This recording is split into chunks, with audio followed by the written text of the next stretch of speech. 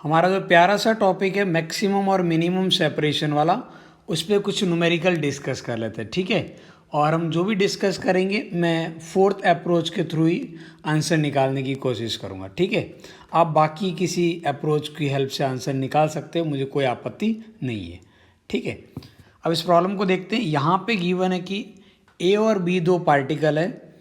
ए आपके पास x direction में जा रहा है 20 मीटर पर सेकेंड की यूनिफॉर्म वेलोसिटी के साथ। सिमिलरली बी आपके पास 15 मीटर पर सेकेंड की यूनिफॉर्म वेलोसिटी से वाई एक्सिस के अलोन चल रहा है, ठीक है। स्टार्टिंग जब आपने देखना शुरू किया तब की सिचुएशन ये गिवन है कि बी जो है ओरिजिन से 400 मीटर है और ए 500 मीटर है। आपको बताना है minimum separation between A and B. और हमारा वही तरीका है कि हम किसी एक के ऊपर बैठ के देखेंगे नज़ारा कैसा लग रहा है, ठीक है। तो मैं अभी हाल फिलहाल बी से पूछना चाह रहा हूँ। किससे पूछना चाह रहा हूँ? बी से। तो मैं बात कर रहा हूँ विथ रिस्पेक्ट टू बी, ठीक है। बी से पूछूंगा भाई बता नज़ारा कैसा लग रहा है, यानी कि मैं सबसे पहले ये चेक करना चाह रहा हूँ velocity of A with respect to B ये कितनी होगी।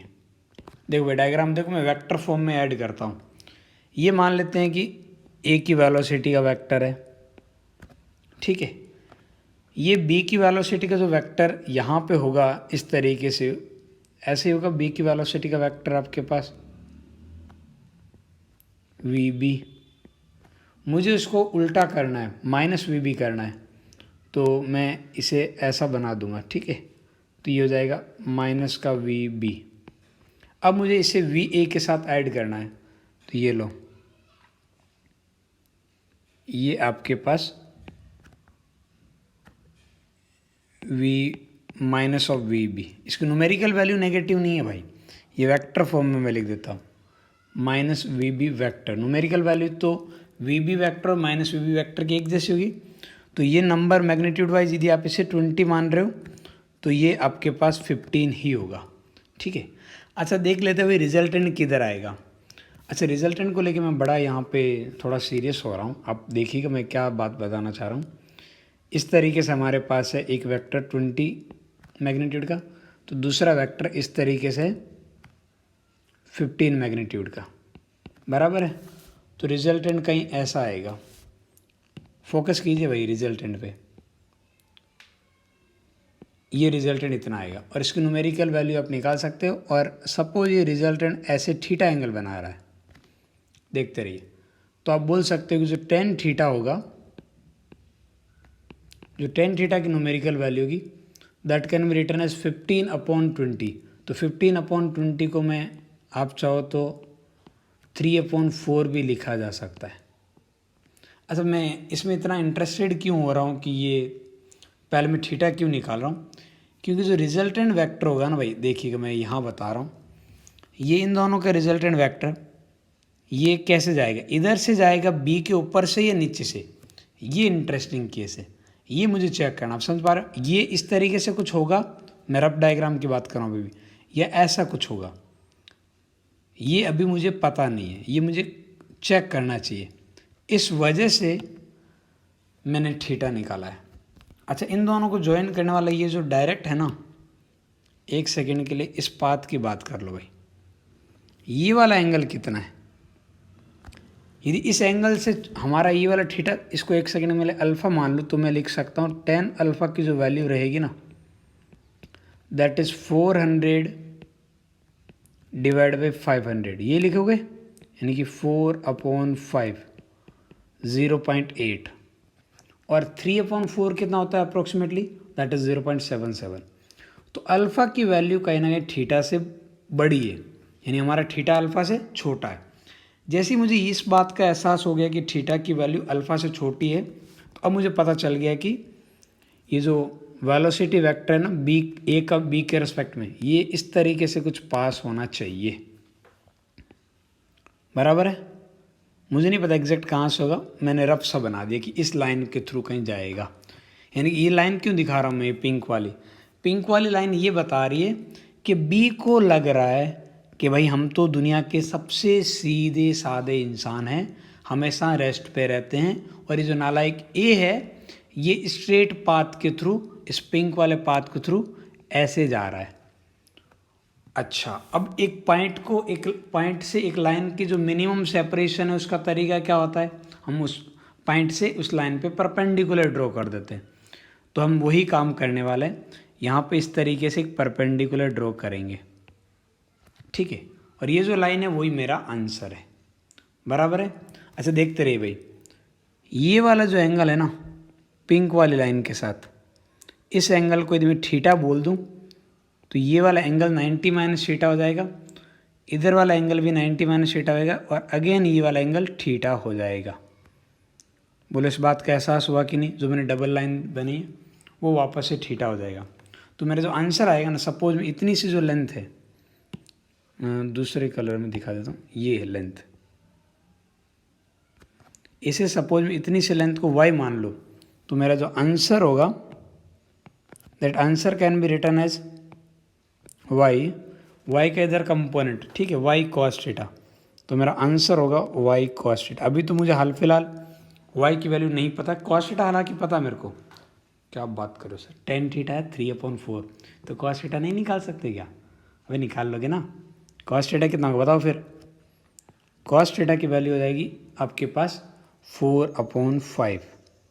कुछ कहेंगे 4/5 कैसा आया, tan थीटा तो परपेंडिकुलर अपॉन बेस, तो बेस अपॉन हाइपोटेनियस हो जाएगा cos थीटा। y निकलते ही हमारा आंसर आ जाएगा गर्मा गर्म। थोड़ा सा मैं ना कुछ कचरे को रफ़ कर देता हूँ, ये वाला मेरे लिए अभी यूज़लेस है, इसको थोड़ा रफ़ करता हूँ, ठीक। अब देखते रहिए दोबारा। तो हम कहाँ थे, हम यहीं थे, देखो। अब मुझे समहाउ इस स्मॉल y की वैल्यू निकालनी है। ये जो ट्राइंगल बना ना, इस ट्राइंगल में tan थीटा हमें पता है, इस ट्राइंगल का जो tan थीटा है वो हमें पता है। इस ट्राइंगल के अंदर tan थीटा को आप लिख सकते हो, ये वाली length that is 400 minus y divide by base 500, और tan थीटा होना कितना चाहिए, दैट इज़ 3/4।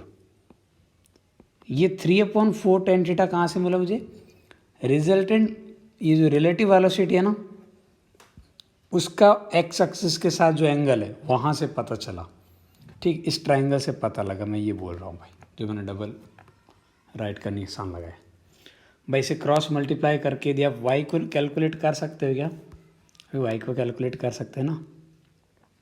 अच्छा, y की वैल्यू यहाँ से यदि आप कैलकुलेट करोगे तो y आपके पास आएगा 25।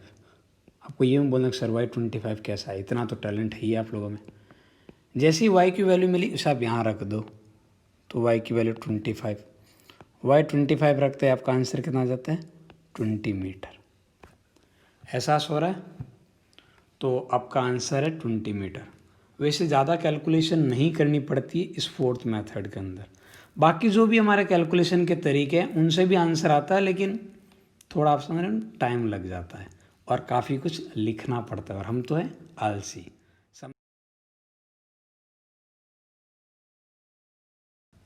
अब एक और आइडेंटिकल प्रॉब्लम डिस्कस कर लेते हैं, लेकिन वैसे आपको ये वीडियो पॉज करके इस प्रॉब्लम को खुद ट्राई करना चाहिए, नहीं बने तभी फिर दोबारा वीडियो को देखना चाहिए, ठीक है। ओके, मुझे उम्मीद है आप सबने ट्राई कर लिया है, इसलिए अब आगे का वीडियो देख रहे हो। बहुत बढ़िया भाई, ठीक है। हमारा करने का तरीका वही होगा, हम किसी एक से पूछेंगे भाई बता दो आपको नज़ारा कैसा दिख रहा है, ठीक है। तो किसी एक से पूछ लेते, किससे पूछे, ए से पूछे, बी से, आपको जो अच्छा लगे, ठीक है। मैं बी से पूछना पसंद करता हूँ, ठीक है। तो हम बात कर रहे हैं विथ रिस्पेक्ट टू बी, यानी बी के ऊपर बैठ के देखोगे तो नज़ारा कैसा लगेगा। तो बी के ऊपर बैठेंगे, सबसे पहले हम बात करेंगे velocity of A with respect to B, यानी कि बी को क्या लग रहा है एक किधर जा रहा है, ठीक है। तो ये हमारे पास वी ए होगा, ऐसे ही कुछ इसी डायरेक्शन में, कितना है 10, और वी बी ऊपर है तो माइनस ऑफ वी बी नीचे हो जाएगा। ये जो मैंने ड्रॉ किया ना ये बेटा माइनस ऑफ वी बी है, ठीक है। न्यूमेरिकल वैल्यू 20, और जो रिजल्टेंट आएगा वो आपके पास इन दोनों के बीच में यहाँ कहीं आएगा, ठीक है। और रिजल्टेंट वेक्टर यदि इधर से आपके पास कुछ एंगल बना रहा है तो उस एंगल के बारे में आप बात कर सकते हो। सपोज मैं उस एंगल को थीटा बोल देता हूँ, तो आप लिख सकते हो कि जो टेन थीटा होगा, जो हमारे पास टेन थीटा की वैल्यू आएगी, टेन थीटा कितना आएगा जल्दी से देख के बताओ। तो आप बोलोगे सर टेन थीटा की वैल्यू आ जाएगी 2, 20/10 2। बहुत बढ़िया बात है, अच्छी बात है। यहाँ से इन दोनों को डायरेक्ट ज्वाइन करने वाली जो लाइन है ना, ये वाली, ताकि आपको आइडिया तो लगे ना कि किधर से जाता हुआ दिखेगा। इसीलिए आप अल्फ़ा मानते हो, ठीक है। तो आपको पता है टेन अल्फ़ा कितना लिखना पसंद करोगे आप बोलोगे सर जो टेन अल्फ़ा की वैल्यू होगी, this can be written as 40/30, that is 4/3।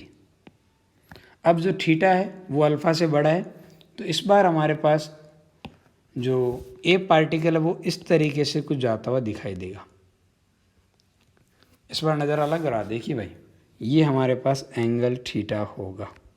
बुरा मानने वाली कोई बात नहीं है, ठीक है। अच्छा, किसी ने एक पे बैठ के देखा होगा तो भी घबराने की ज़रूरत नहीं है, आंसर बेटा सेम आएगा, ठीक है। डायग्राम थोड़ा डिफरेंट बनेगा, घबराने की बिल्कुल ज़रूरत नहीं। अच्छा, अब अपन ये जो बी है, बी से सबसे पहले तो परपेंडिकुलर ड्रॉ करेंगे ताकि हमें पता तो लगे हमारा आंसर कौन सा है। अब ये जो इतनी सी सेपरेशन है ना, यहाँ से यहाँ तक की, इसको मैं थोड़े टाइम के लिए y मान लेता हूँ, ठीक है। जैसे ही मैं इसे y मानता हूँ, मेरे पास टेन थीटा कितना आ रहा है चेक करके देगा भाई। टेन थीटा आप बोलोगे perpendicular upon base, that is 40 + y / 30। और टेन थीटा होना कितना चाहिए, 2 होना चाहिए, अरे 2 होना चाहिए ना। तो 40 + y = 60। तो y की वैल्यू आ गई आपके पास 20 मीटर। आप समझ रहे हो ना। अब y आ गया तो आपके पास x ने ये वाली जो मैंने लाइन दिखाई है, इसे d बोल देता हूँ, ये d निकालना बहुत आसान हो जाएगा। देखो ये एंगल अल्फ़ा है, तो ये आपके पास 90 - अल्फ़ा होगा, और ये आपके पास 90 - अच्छा, ये जो एंगल थीटा है ना, ये थीटा है, तो ये आपके पास 90 - थीटा होना चाहिए, और ये 90 - थीटा, तो अगेन ये वाला एंगल थीटा हो जाएगा। हो जाएगा कि नहीं हो जाएगा। ये एंगल थीटा हो जाएगा, तो आपका जो आंसर है ना, आपका आंसर क्या है, वो है डी। और डी को आप क्या लिख सकते हो, D can be written as y cos theta, लिख सकते हो ना। और y की वैल्यू कितनी है, y की वैल्यू है 20। अब टेन थीटा यदि आपके पास 2 है, तो cos थीटा कितना होगा, टेन थीटा को लिख दो ना 2/1, तो यह आ जाएगा 1 / 2 का स्क्वायर 4 + 1 का स्क्वायर 1, तो 4 + 1 5, तो √5, तो 20/√5। ये आपके पास सेपरेशन, ये मिनिमम सेपरेशन डी आ गई। कोई दिक्कत तो नहीं ना, उम्मीद करता। अब ये एक और स्वीट सी प्रॉब्लम है, इसे भी डिस्कस करते हैं भाई, ठीक है। हाँ, लेकिन इस बार नज़ारा थोड़ा डिफरेंट है। देखिए, ऊपर जो हमने दोनों प्रॉब्लम डिस्कस किए ना, उसके अंदर ए और बी पार्टिकल की वेलोसिटी यूनिफॉर्म थी, यानी कि दोनों की वेलोसिटी, दोनों का जो पाथ था ना वो स्ट्रेट लाइन था। और एक के ऊपर बैठ के दूसरे को देख रहे थे ना, रिलेटिव वेलोसिटी, तो रिलेटिव वेलोसिटी भी आपके पास यूनिफॉर्म थी, यानी कि एक के ऊपर बैठ के देखते हो दूसरे का पाथ स्ट्रेट लाइन था। यहाँ ए और बी दोनों की वेलोसिटी यूनिफॉर्म नहीं रहेगी, क्योंकि यहाँ पे ग्रेविटेशनल एक्सेलरेशन जी गिवन है। कोई बात नहीं, लेकिन एक बात बताओ भाई, यहाँ पे रिलेटिव एक्सेलरेशन कितना होगा। सर दोनों का एक्सेलरेशन जी है, तो रिलेटिव ज़ीरो होगा। मज़ा आ गया, हमारा काम तो हो गया। यदि रिलेटिव एक्सेलरेशन ज़ीरो है, तो आपके पास जो रिलेटिव वेलोसिटी आएगी ना, वो कांस्टेंट आएगी। यानी कि आप दोनों का पाथ भले ही स्ट्रेट लाइन नहीं हो, लेकिन किसी एक पे बैठ के देखोगे तो दूसरे का स्ट्रेट लाइन ही दिखाई देगा। बस मेरा काम हो गया। मेरे को बी से पूछने में ज़्यादा मज़ा आते हैं, तो फिर से बी से ही पूछता हूँ। तो हम बात करें with respect to B. B से पूछते हैं कि नज़ारा कैसा दिख रहा है, ठीक है भाई। तो ये कुछ आपके पास आ रहा है, ए की वेलोसिटी न्यूमेरिकल वैल्यू कितनी है 20√3, ठीक है। और b की वेलोसिटी का मैं उल्टा करूँगा, ये b की वेलोसिटी है ना, तो इसका उल्टा यहाँ देखो ऐसा जस्ट अपोजिट डायरेक्शन आएगा। और इसको मैं पैरेलली शिफ्ट कर देता हूँ यहाँ पे, ठीक है। तो ये आपस पैरेलली शिफ्ट हो गया। न्यूमेरिकल वैल्यू कितनी है, तो ये 20 है। ये एंगल 30 है तो ये एंगल भी 30 होगा, तो ये एंगल भी 30 आ जाएगा।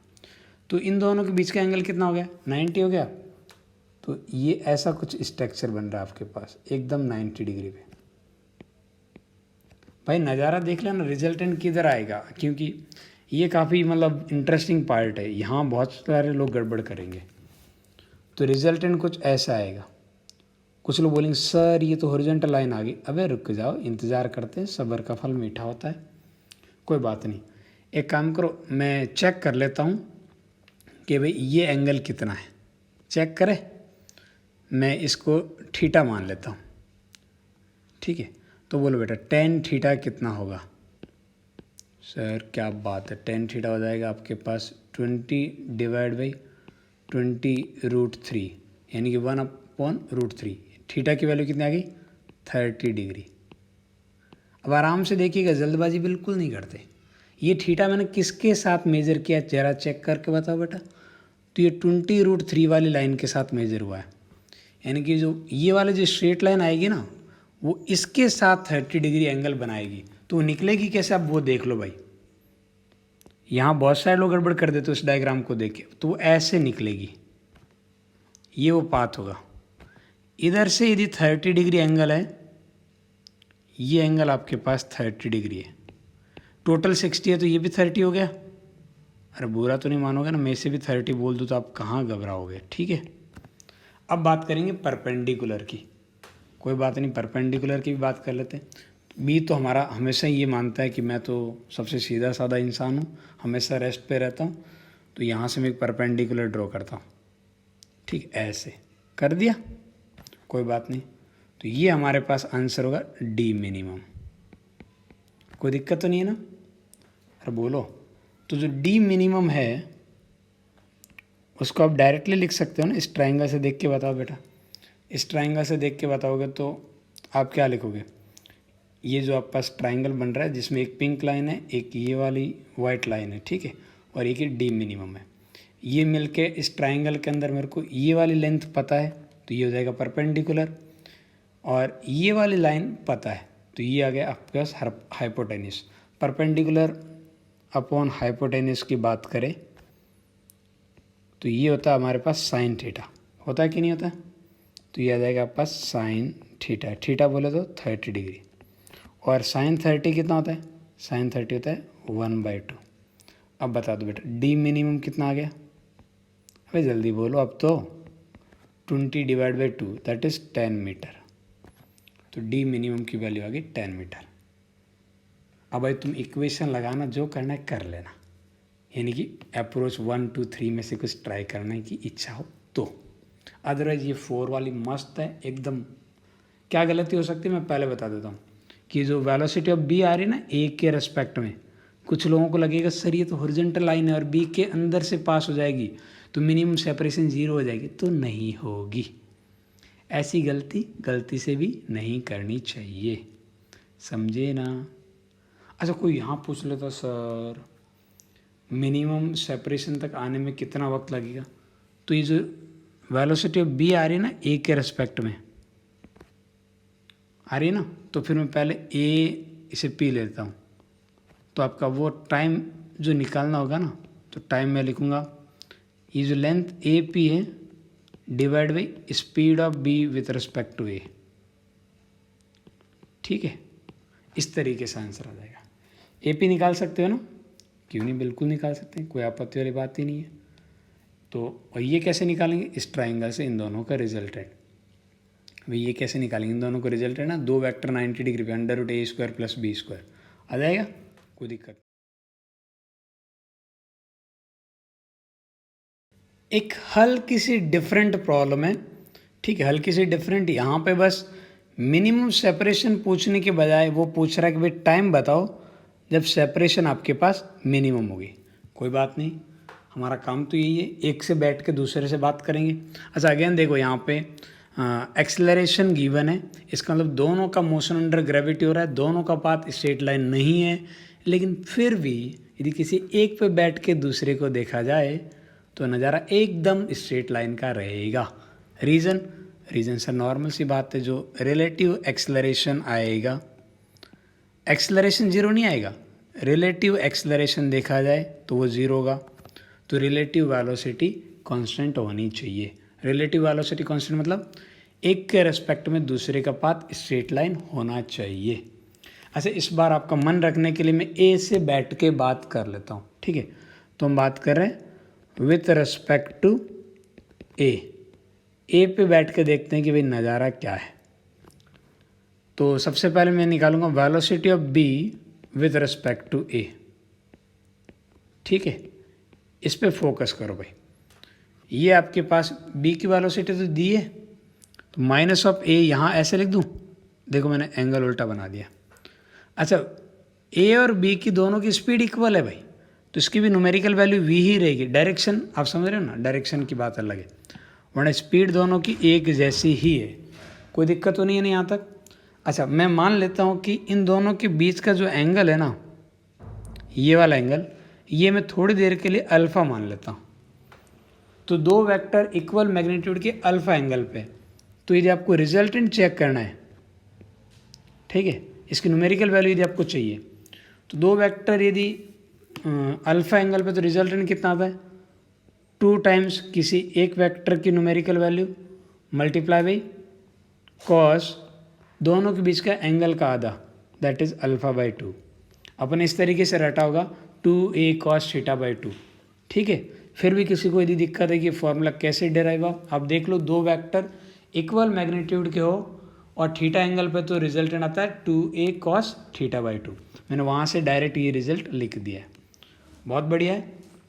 अच्छा पाथ की बात कर लेते भाई, दो वेक्टर इक्वल मैग्नीट्यूड के, तो रिजल्ट हमेशा एंगल बाइसेक्टर पे जाना चाहिए, यानी कि एक पे बैठ के देखोगे तो बी कुछ ऐसा जाता हुआ दिखाई देगा, ये आपके पास पाथ रहेगा बी का, यानी कि velocity of B with respect to A इस डायरेक्शन पे होगी। कोई ये मैं समझ रहा है इतनी लंबी होगी, ठीक है, ऐसा कुछ मैं समझ, ये पाथ दिखाया मैंने। अब यदि आप ए से पूछोगे कि मिनिमम सेपरेशन कब हुई, तो ये कहेगा कोई बात नहीं अभी बता देते हैं, आपको नहीं पता तो यहाँ से मैं परपेंडिकुलर ड्रॉ करता हूँ, नज़ारा एकदम साफ सुथरा दिखेगा ये। अच्छा ये आपके पास डी मिनिमम होगा, घबराओ मत, आपसे डी मिनिमम नहीं पूछा है। इस पॉइंट को मैं थोड़ी देर के लिए सी मान लेता हूँ,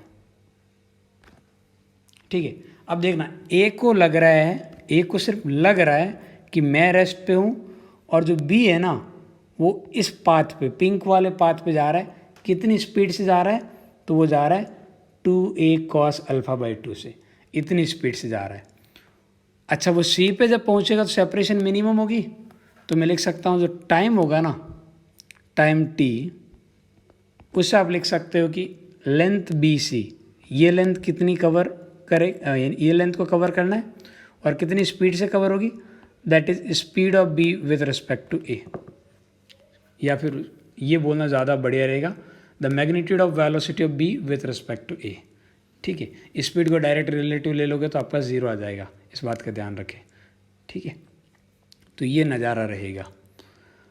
अच्छा अब मैं वैल्यू पुट कर लेता हूँ, बी सी को क्या लिख सकता हूँ, बी सी को ऐसा लिख सकते हैं क्या, ए बी ये वाला लेंथ। अच्छा ये एंगल कितना होगा, एंगल बाइसेक्टर, तो ये एंगल ऑटोमेटिकली अल्फ़ा बाई 2 हो जाएगा, तो A B cos alpha by 2, B C को इतना लिख सकता हूँ।